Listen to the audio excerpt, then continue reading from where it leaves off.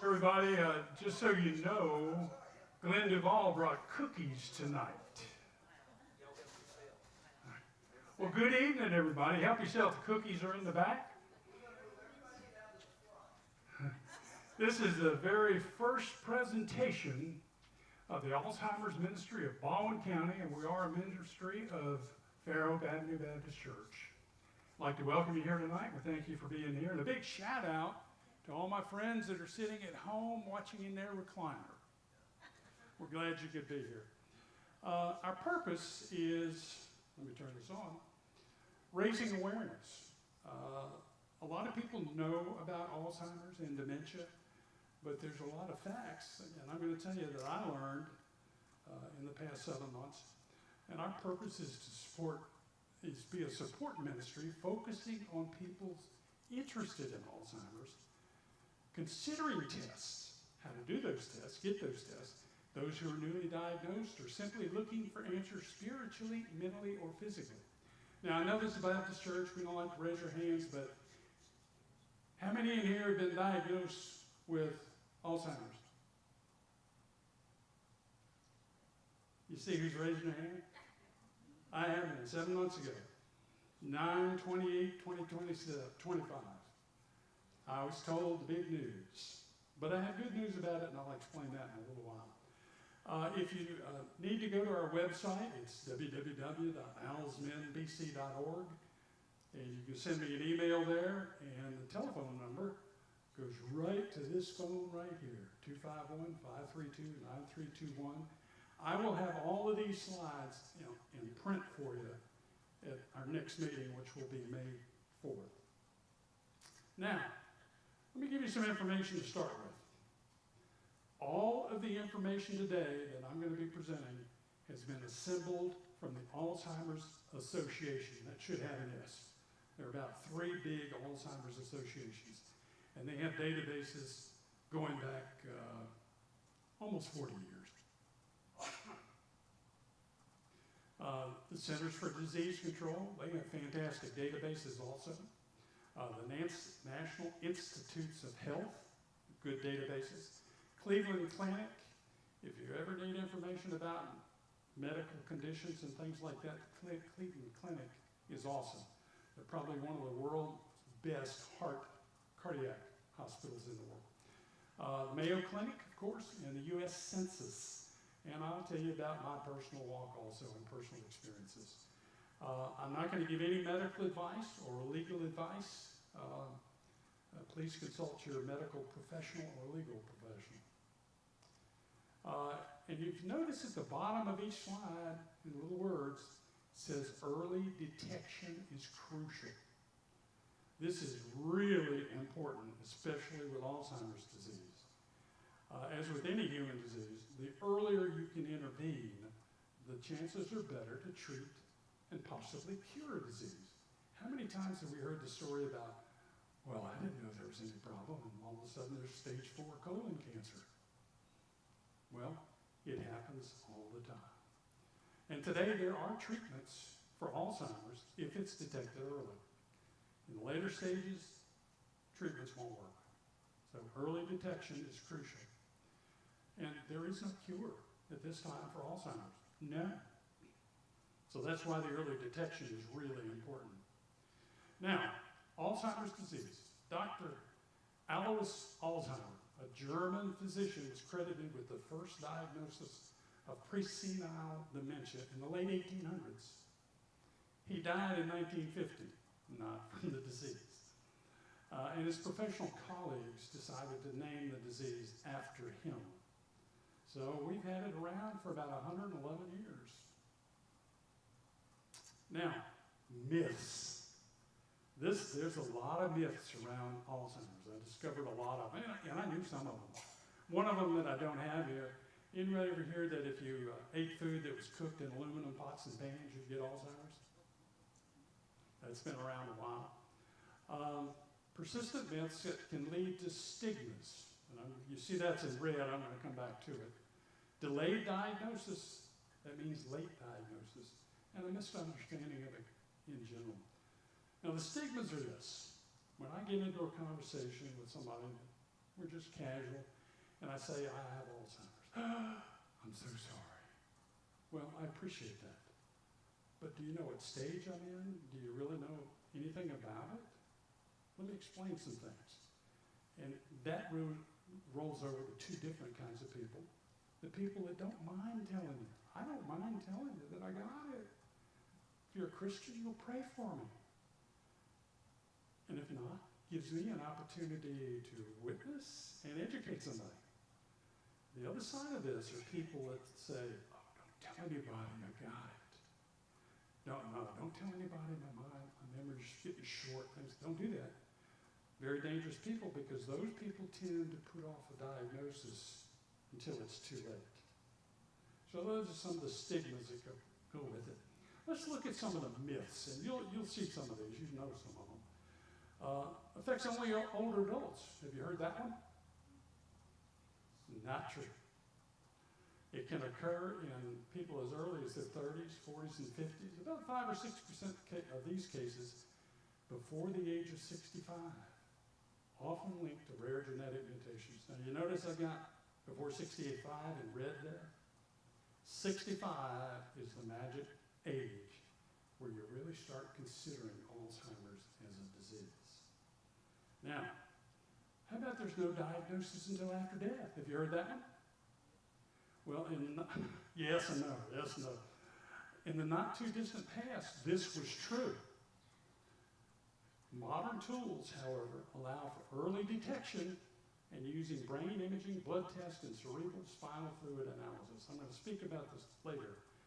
But you can start your road on diagnosis with a simple blood test. Everybody in here has probably had blood drawn somewhere. And it's highly accurate. Nothing can be done for Alzheimer's. You heard that one? No, they got Alzheimer's. Can't do anything about it.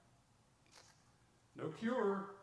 But there are now FDA-approved treatments like Kisunla and Leqembi. I'm on the Kisunla, that target the disease's underlying biology. These would be amyloid plaques. We're going to get to them in about 50 more slides. A lot of silence there. And lifestyle changes. Can slow progression and improve quality of life. You notice lifestyle changes is in red. Oh, maintaining a healthy weight, exercising, staying away from processed foods, rest, taking the stress out of your life. I saw that. Does anybody have stress in their life here? All right, I told this morning in Sunday school. There's a doctor who wrote a lot of books, Dr. Stephen Covey. And one of the things he did, he drew a big circle like this. And this circle is 100% of your life. And inside of it, he drew a little circle. And that circle is 20% of your life. That 20% are things in your life that you can do something about. You can affect. The other 80%, you can't do anything about. No matter how much, you couldn't do it. So which one do you think we worry about? I'll leave that up to you. Now, I gotta turn this back on, huh? Hit the wrong button.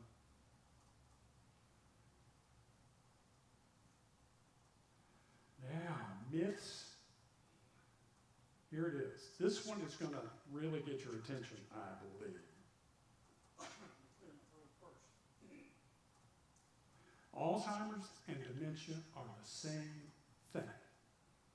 Miss Margaret knows it. It's not. They are not. Alzheimer's disease is a brain disease. Dementia is caused by something. It's a process.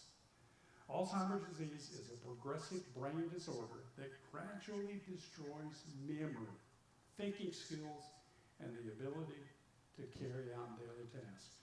Probably everybody here knows somebody, or maybe had a relative that had Alzheimer's, get to the point where they can't tie shoes, can't put on a shirt. It is the most common cause of dementia. 60 to 80% of all dementia is caused by Alzheimer's, okay? Now, Let's look at dementia for a minute. Oh, first of all, it's not a normal progress of age. Only 11.8% of people over 65 will get it. That means 88.2% over 65 will not. So it's not a normal aging process. If the 88.2 people are normal. The dementia is a process caused by other conditions, such as Alzheimer's dementia is caused by buildup of amyloid plaques and neurofibrillary tangles. I'm going to show you an illustration of this in a little while. Vascular dementia, caused by reduced blood flow to the brain due to strokes or vascular. Heard of people with carotid arteries that are all blocked up, can't get enough blood and oxygen to the brain. Vascular dementia. Lewy body dementia, abnormal protein deposits, the alpha-synuclein proteins. I was going to get Tony to help me with that. Those proteins destroy cells. And frontotemporal dementia. I think you mentioned knew somebody with frontotemporal dementia. It's a progressive neurodegenerative disorder. Now what's that? That's right. Those are the four that account for most of the dementia. Let me carry on a little bit with dementia. Oh, here's where we're going to get into some interesting things. A person can have Alzheimer's and dementia. 60 to 80% of the time they go together, okay? How about a person can have Alzheimer's and not dementia? Have you thought about that one? Look at me. I'm 76. I'm 11 years past 65. My blood tests say I got it. The MRI said I do. The PET scan confirmed it. Doctor diagnosed it. I got it. However, the good news about me is that if I maintain a healthy lifestyle, somewhat healthy lifestyle, I will die of something else before I ever get to the dementia stage. So, that's my good news. Person can have Alzheimer's but no dementia, but get this one. A person can have dementia but not Alzheimer's. Thought about that one? I've had discussions about this one with people that said, oh, that's not possible. Well, yes, it is. Give me some examples. 30-year-old person started experimenting with drugs when they were 15 years old. Couldn't stop. Methamphetamines, cocaine, opioids, heroin, and then a sleeper safe drug, marijuana. Marijuana directly affects the THC, directly affects your brain. By the time they're 30 years old, they have dementia. How about the 50-year-old that started drinking with his buddies in high school and never stopped? He's an alcohol user and abuser, proven that alcohol kills brain cells. And eventually, you drink enough, you get dementia. And one more. 60-year-old man climbs up a ladder, changes the light bulb in the house, falls off, cracks his head on the counter going down, traumatic brain injury. He can develop any stage of dementia. Never has Alzheimer's. So, you can have Alzheimer's and dementia together. That's the regular way. You can have Alzheimer's and no dementia. That's me. And you can have dementia and no Alzheimer's. Anybody surprised at any of those? I have people that have them. There are over 100 different types of dementia, with the most common being Alzheimer's. Other types are mixed, where you have two of the four together. Parkinson's disease dementia. Huntington's disease, anybody know about that? Yeah, Huntington's chorea. A lot of doctors shorten it up to just Huntington's disease, but you're correct. That is basically a brain wasting disease where your cells continue to just die. The best man at our wedding and his son had that. So, how about Creutzfeldt-Jakob disease? Anybody know that? That's it. I knew Tony would know it. Mad cow. Bovine, spongiform, encephalopathy. Normal pressure hydrocephalus, that's where the spinal column is too high. Fluid pressure in the spinal column is too high and goes up into your brain. And then, of course, alcohol and drug-related brain damage. Each type has distinct cause, symptoms, and progression patterns, and accurate diagnosis is important for appropriate care and management. Now, the last myths, then we'll move on to some other stuff. Alzheimer's not fatal. Anybody believe that? It is true. 6th leading cause of death in our country today is Alzheimer's. Leads to complications like pneumonia, in the red, infections, malnutrition, ultimately causing death. Pneumonia is in the red because that's the #1 cause of death with people with Alzheimer's. They forget to chew correctly or swallow directly. They aspirate the food. Infection. There it is. Now, let's look at, just for fun, let's look at the 6 causes. What's the #1 cause of death? Cardiac. #2? Cancer. #3, nobody's going to get. Accidents. Well, you knew. Driving on Highway 50. Driving on 59, falling off a ladder. #4 are lung diseases. Better catch up here. #5, everybody's heard of diabetes. And #6, Alzheimer's. And just a side note, I've been involved with every one of these. I have heart disease now. I've had internal and external cancer. I drove cars and trucks for 60 years and flew airplanes for 40 years. I've had some close calls. I have pulmonary fibrosis, I have diabetes, and I have Alzheimer's. But the Lord has blessed me to be here to talk to you tonight. I hope everybody's paying attention because there's a big test at the end. How many are affected by Alzheimer's? You ever wonder about that? Well, yeah, everybody we know people everywhere. How about almost 7.3 million in the U.S. as of the 2025 census. In Alabama, probably over 160,000 by now. And then, Baldwin County, about 70,000 people as of the 25 census have or will get Alzheimer's. Now here's something that really astounded me. 80% of Alzheimer's patients are cared for at home. Now, if there's only one caregiver, here in Baldwin County, that's 12,500 people that could be affected by Alzheimer's. More, if there's more than one caregiver, you know there probably is. So, we got a lot of people, and a lot of people that are not educated about it, like you all are getting tonight. So you can go out and spread the word. There are stages of Alzheimer's. You've probably heard that. Some doctors say there are 7, and each one has 4 subcategories. Most of them say there are 3 stages. There's the early stage, it's called mild cognitive impairment. The middle is the moderate, and the late is severe.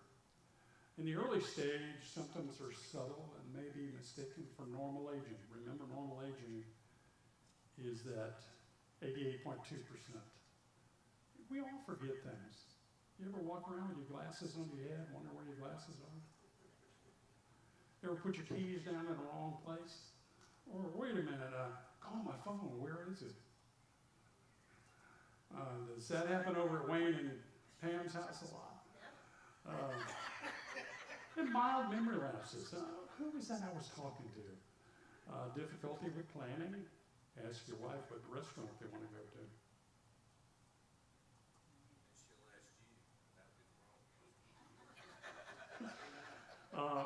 Managing finances. Some people start writing bigger checks than they should have. Forget them. Trouble remembering recent events. Familiar words. What's this thingamajig? And this stage is often when diagnosis is made, and it is important that it is made in this stage. Middle stage is the longest stage. Lasts several years, sometimes many years. Symptoms become more pronounced, including significant memory loss, confusion about time and place. This is Sunday and Fairhope, isn't it? Difficulty with language, mood swings, personality changes. Some people can get mean, some people can just be real nice. They weren't nice. And help with daily tasks like dressing or bathing. Wandering is a big one. Sleep disturbances are common. And late stage, severe. There's no treatment for this. The disease causes severe cognitive and physical decline. Individuals lose the ability to communicate, walk, sit, swallow, and they require full-time care, become vulnerable to infections like pneumonia, and they may no longer recognize people. Has anybody ever had a friend with Alzheimer's they didn't recognize? No. We had an aunt that was like that. Let's see what the look. Oh yeah, she did too, my aunt. When we going home? When we going home? When we going home?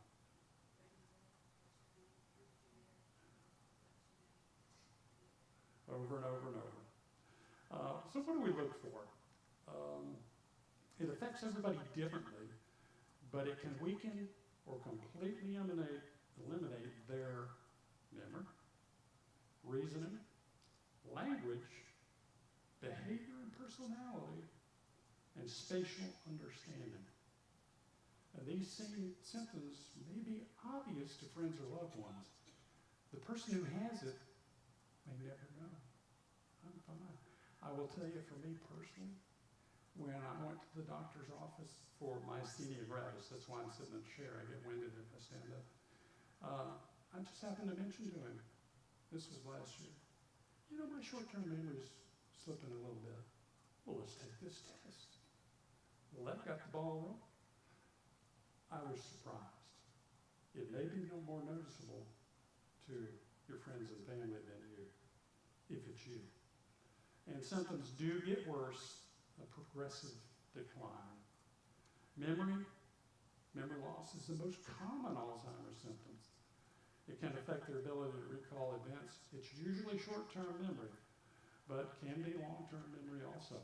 May have trouble remembering faces or names, facts, where you are, even familiar places at home.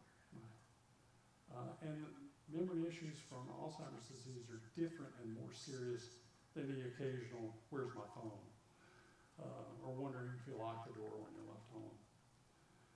Reasoning, someone with Alzheimer's might seem confused or like they're taking an unusual time to make a choice or decision. Sometimes you'll see a person with Alzheimer's or dementia, and they look at you with this stare that's just out there because they're confused. Where am I? What am I doing? And this can affect their ability to decide what to do next because they don't know where they are. They can't decide what to do next. Follow a recipe. Anybody ever called you and said, hey, I can't remember my favorite lasagna recipe. Can you help me out? Make plans. Well, I need to make a plan to go to church on Sunday. Well, I'll do that Saturday. I'll do that Sunday morning. Language. And most people end up with this. It can make it hard to speak, read, or understand language. And they may communicate or talk less than they used to. Part of it's because they're confused. Some of it might be because they can't hear. I just got my first hearing aids. Now I can hear everything talking behind me. Mix and match languages. We have a sister-in-law that's French. And she'll be speaking English to us and sometimes just burst into French. Now, I don't think she has dementia yet, but she's 89, be 90 in September. And they may revert to speaking the language they spoke most when they were growing up. Like if you were in Southwest Georgia, you talk like this. Say or use the wrong word. Spatial understanding. And I actually noticed this one about myself. They have a hard time understanding how close objects are around them from their body or feel less coordinated than usual. I'm having some inner ear problems right now anyway, but this can include bumping into furniture. Anybody ever do that? Having a tough time picking something up, well, every day. And struggling to do delicate hand motions like tie shoes or type on a keyboard. This spatial relations thing, I've always prided myself that I could park straight between the lines in a parking place. Now, I pull in and I think I'm straight, and oh, how did that happen? Not all the time. Must be somebody painted the line wrong. And when to act. When to act. Don't wait for symptoms to get worse.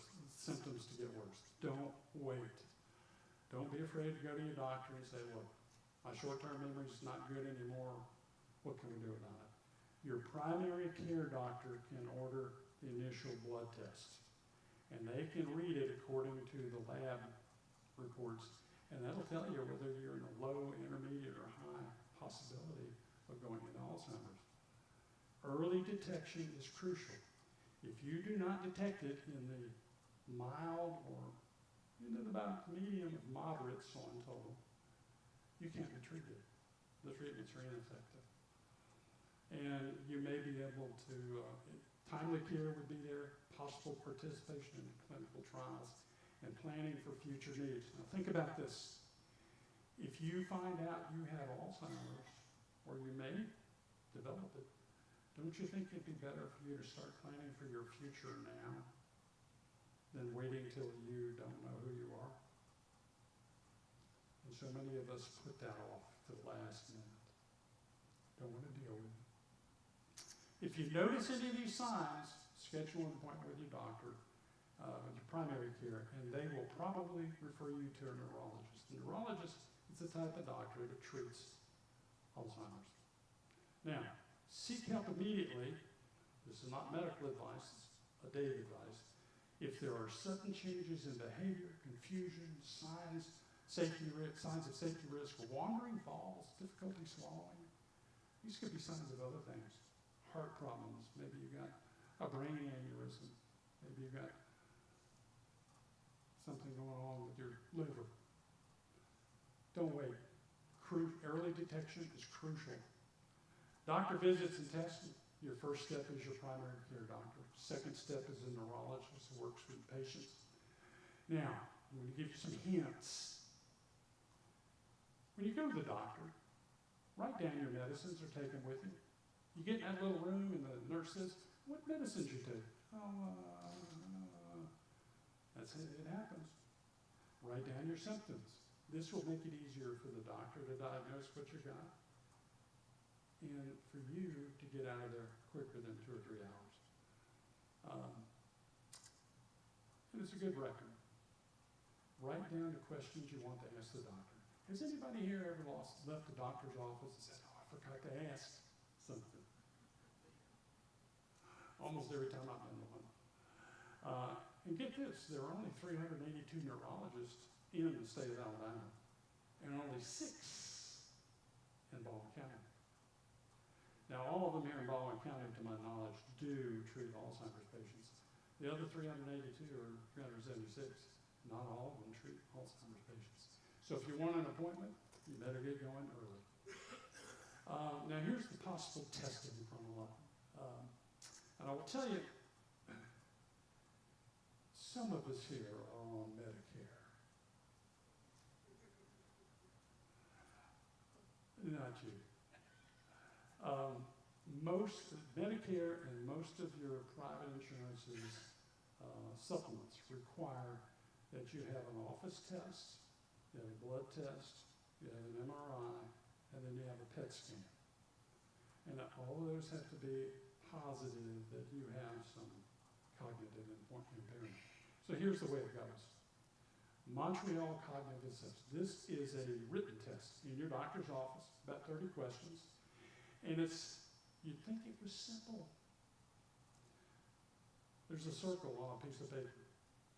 says, that's a clock. Draw me where the hands would be at 3 o'clock. Good one. Maybe they got a digital, I don't know. There's a picture, there's drawings of an elephant and a giraffe and a dog. Circle the dog. Some people circle the elephant. But usually 30 questions, and I think if you score less than 24, there's a problem. p-tau 217 blood test, early detection. This is where you need to start. Blood test, get this blood test. It will tell you if you're low, intermediate, or high propensity to get Alzheimer's. Very accurate. Lots of words here.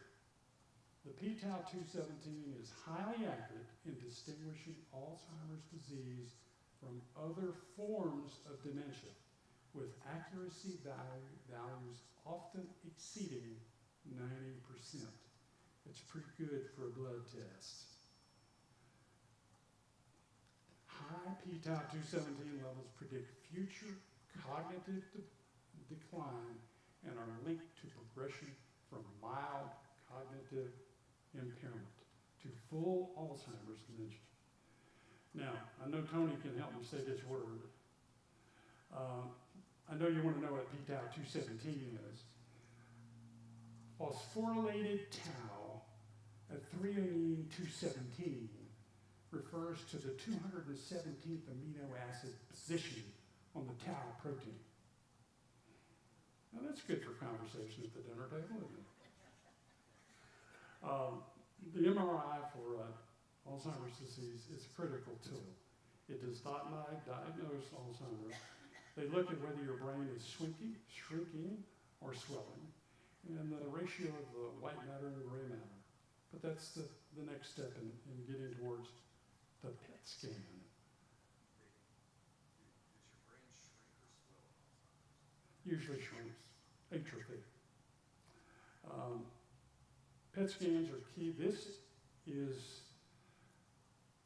the gold standard of test for Alzheimer's.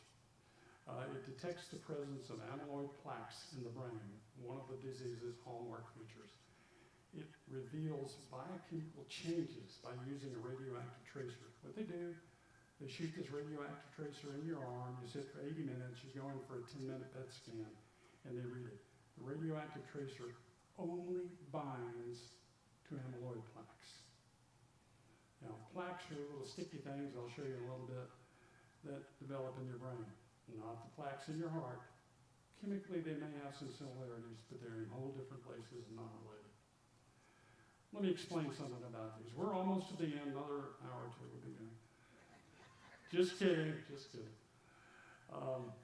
What are plaques? Beta amyloid is a protein found in the fatty membrane surrounding nerve cells. In a healthy brain, it's usually cleared away regularly.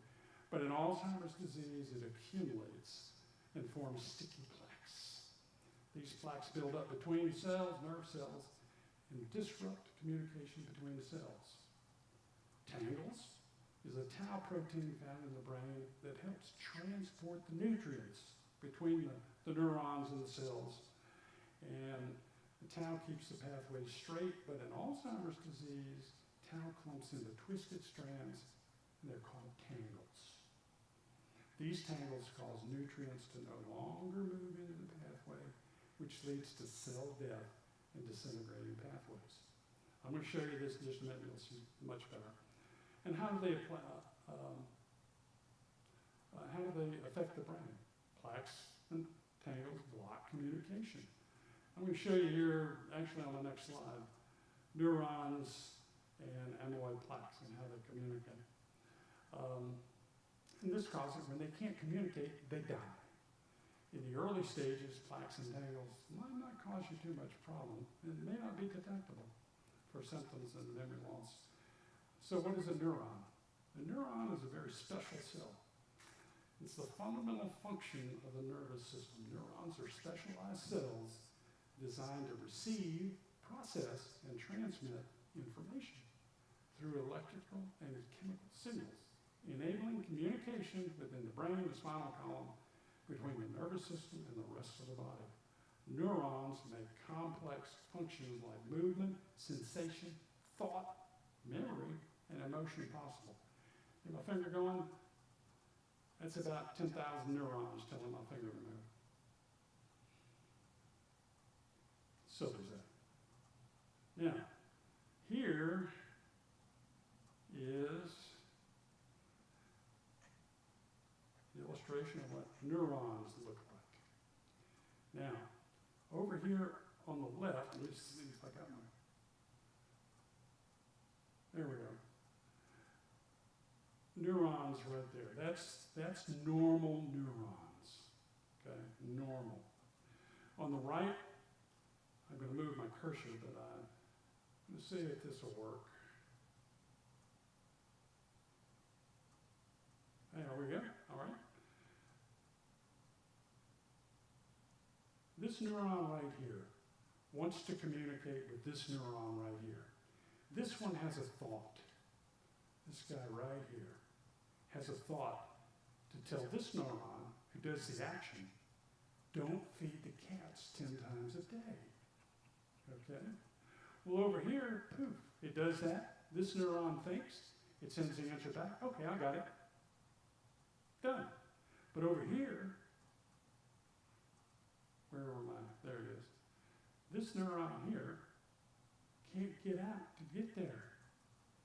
It hits that amyloid plaque. It absorbs. It goes back. It goes back. It goes back. This one dies. And then, again, what happens here if it tries to go this way? Comes back. It dies. That's how amyloid plaques kill your brain cells. Very simple explanation. But there, I've cleared it up.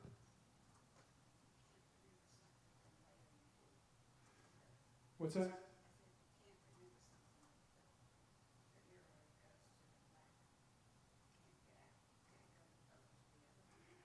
I suppose it could. I don't know.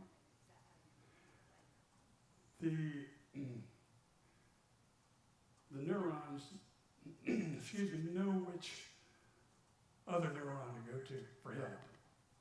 So they have the same path all the time. That's my story. Yeah, you build neural networks, and so Mhm. that's the way your brain build neural networks for, like, say, kung fu. So you got a neural network for kung fu, and then you've got another one over here for making pizza. That's true. And so once you start interrupting these networks, then the brain doesn't know what to do, and it doesn't have the ability to learn. Makes your hair fall out. Alzheimer's treatments, we're almost to the end, folks. Alzheimer's treatments, both symptomatic therapies and newer disease-modifying drugs. These would be the ones to shrink the amyloid plaques. Symptomatic therapies would be if somebody turns mean, that they give them Prozac, something like that. Most significant advances are anti-amyloid monoclonal antibodies, which target the underlying disease process. Leqembi and Kisunla are FDA approved. Now these, I mentioned I'm taking Kisunla. These have only been out about a year and a half. And they're having, from the tests that they've done, huge success with both of them. They're both approved for early Alzheimer's, including mild cognitive impairment and mild dementia. They don't work later on. These treatments reduce amyloid plaques in the brain. However, they carry some risks. Amyloid-related imaging abnormalities, brain swelling or bleeding. Think about this.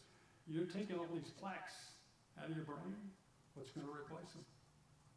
Yeah. Brain fills up with water, blood, whatever. For me, I had to have an MRI before I started treatment.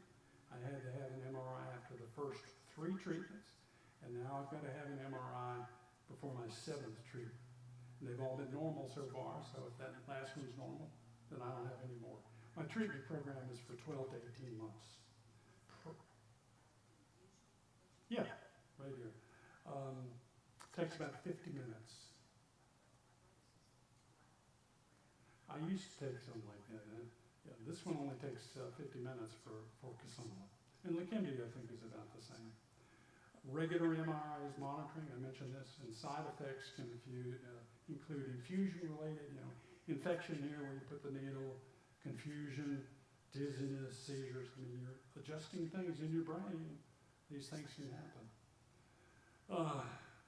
One of my Alzheimer's friends in another group had terrific headaches for about 3 months. And then nothing. He's been on treatment 13. He's had 13 infusions. And the treatment eligibility. Now again, this might be driven by insurance. You got to have, at the end of the day, no matter if private insurance or Medicare, you have to have a positive amyloid biomarker test. You got to have that PET scan. If you can't do a PET scan, they can do a spinal tap, but that's rarely done. Mild cognitive impairment or mild dementia, you got to have that, and no significant functional impairment. You have to be ambulatory. Otherwise, it's really not going to do you any good. Now, they are researching. This is only targeting amyloid plaques. Did you have a question back there? But they are researching how to fix the tangles also. Oh, what a tangled web we weave.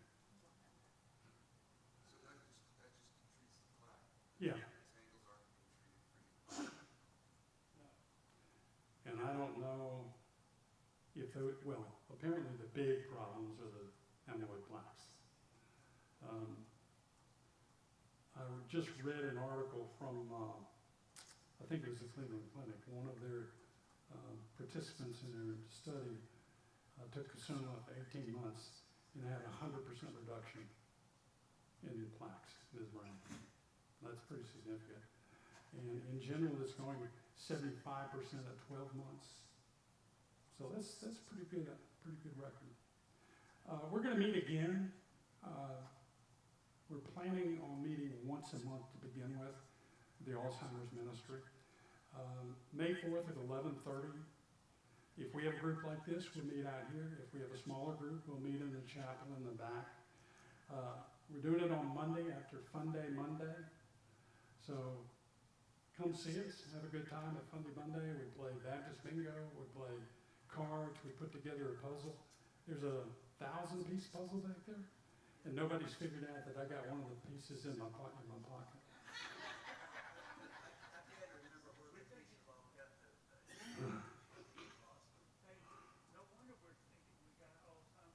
You're right. That was a test. Anyway, we're going to meet the first Monday of every month. The first one's going to be May 4th. And we're going to talk about these things. Now, this is not all going to be on one day.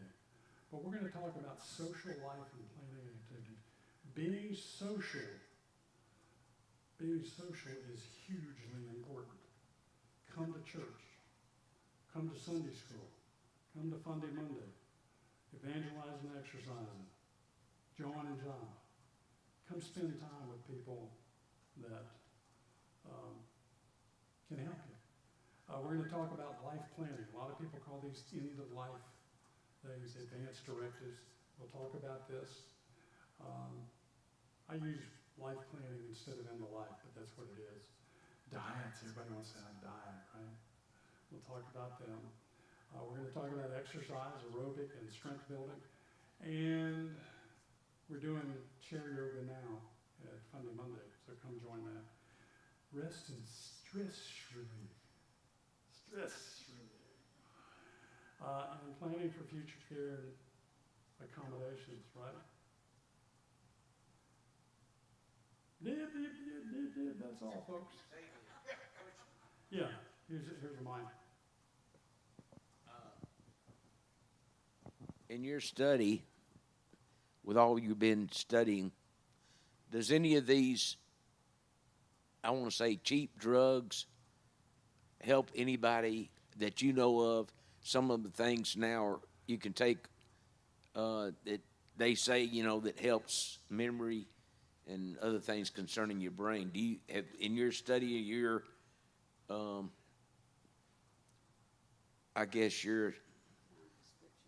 Yes. I have looked strongly into this. I take a lot of supplements. There are no scientific studies that tell you. And I've seen advertisements, oh, don't eat this food, don't drink that water, don't do this, don't do that. I take some supplements that I have done a little research on that I think are helpful. But honestly, there's no scientific research for it. Anybody got a question?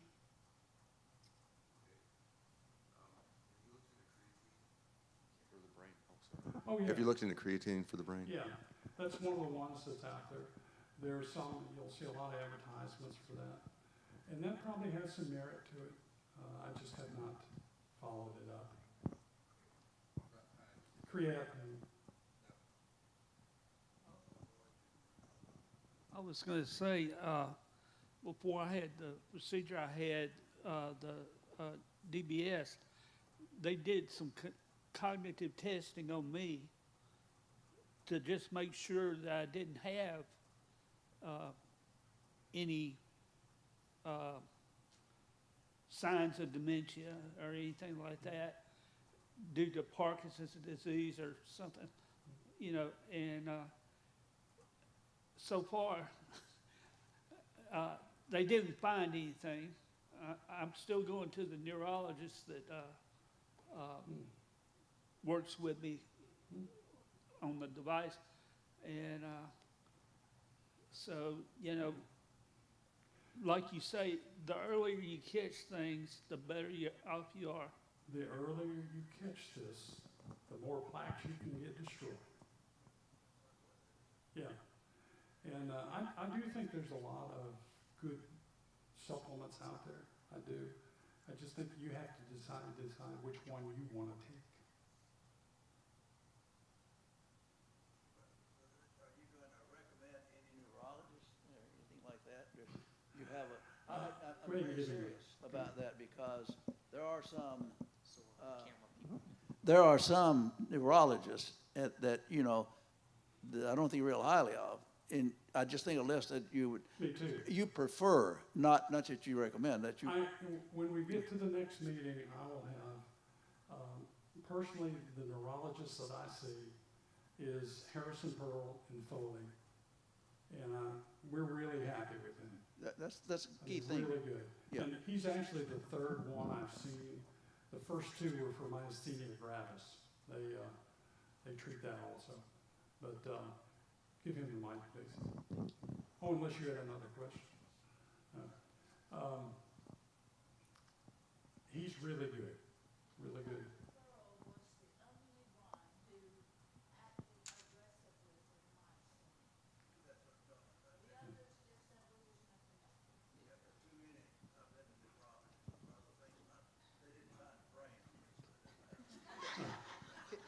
That's what Phyllis says. Yeah, but some don't even seem to care. That's what I'm getting at. You need somebody that does care. Yeah, if you could go to any doctor that seems to care for you and your condition, and the only way they can find out what your condition is to go through those tests and to talk to you like you're a human being and consider this everything guy- that's being presented to them, and then they can take the diagnosis. And if they've been associated with other cases, they'll have a pretty good idea of what's happening in your or my life. Yeah. Dr. Pearl is like that. Like I said, he's the third one I've been to, and I'm sticking with him. He's been really, really good. We are going to talk about next meeting. How many hours do I have left? Okay. At the next meeting, when we talk about end-of-life things, wills, and I'm going to try and get a local attorney by the name of David Shepard to come over. Really good guy, Christian attorney. I know that's an anomaly, but he's a really good guy. And it can't be a free advice type of question. He can give what is a will, what is a trust, what is an advance directive. And if he can't do that, he'll coach me on how to do it so I can get you all put in jail or sued. But, oh, and Dr. I get it, Dylan. Dr. Pearl said he would come speak with us also. I'm tweaking this presentation. It's the first one I've done in a long time, so I've got to just tweak it along and straighten it out, change some things, correct some words. But I'm going to be making this presentation to some other churches, probably at the hospital in Foley, and maybe other places also. So if you know somebody that would like to hear me come talk, I'd be happy to do it. I've got all the equipment. Yes.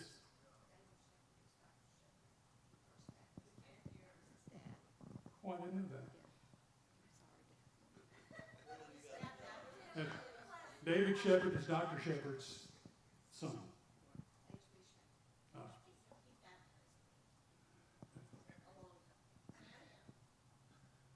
So anybody else got any questions, or shall we have go cookies? All right. Yeah. All right. Well, let's have a prayer. Let's have a prayer, and we'll go back. Dear Heavenly Father, thank you so much for letting us be here today and talk and learn.